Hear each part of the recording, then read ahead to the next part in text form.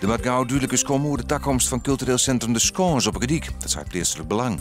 De gemeente moet op 14 dagen kiezen of voor een nieuw multifunctioneel centrum of voor renovatie van De Schans. Tegenstanders van nijbouw binnen benauwd dat de sfeer verlengd is en dat is vragen hoe het yield. De meerderheid van de gemeente liet het voor nijbouw te wijzen. De bestrijding van moezenoerlijst, maar wetter het bij een prottenboeren dit hier geen uitwaande oplossing west. Kon steken lang hoe net onder wetter zetten worden. Het toch is een gutpad van de moezenpopulatie in Libbenbleun. Het inzetten van pompen kan een oplossing wijzen, maar is nogal duur. De renovatie van het oude beurtskip in Oudegeer is haast klaar. Maar leerlingen van de Friese Poort waren het schip volslijn opknapt. Het doel is om bij de Sint-Michael om de rode sterrentochten te houden. Het schip gaat dan naast het wetter op om een mensen van de Volkssterrenwacht van Burgum naar de sterren te zien.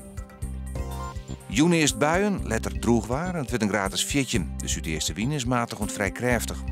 Morgen een soort bewolking en zo nog naar wat ruimwetter. De temperatuur komt op een gratis zandje en het ziet een matige en vrij krachtige zuidwestenwind.